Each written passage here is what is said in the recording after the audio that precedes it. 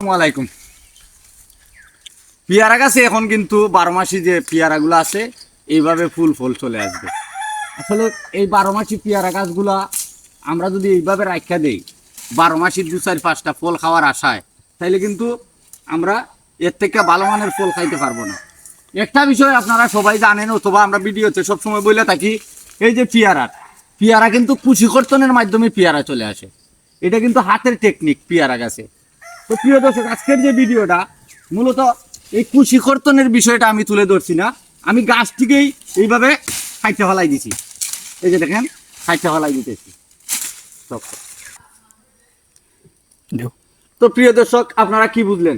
কুশি কর্তন করার কথা ছিল যে পেয়ারা গাছে কুশি কর্তন করব, তাহলে পেয়ারা চলে আসবে। আমি কি করলাম, গাছটারই বডি খাইতে ফেলাই দিছি। যদি কুশিওই দেওয়াইতাম পারি না, তাহলে কর্তন করবো কোন জায়গায়? এই জন্যই আমি গাছটারে সুন্দরভাবে চা গাছের মতো প্রুনিং করে দিলাম। যদি পারেন আপনারা এইভাবে দিয়া দেখবেন, তার প্রমাণ। নতুন কুশি গজাইব, কুশি থেকে এইভাবে কর্তন করে দিবেন, এই ডালের বগি থেকে 2টা করে ফুল আসবে, ফল আসবে। ঠিক সিস্টেমটা এটাই। তো আশা করি আজকের ভিডিওতে কিছুটা হলো বুঝতে পারছেন। খুদা।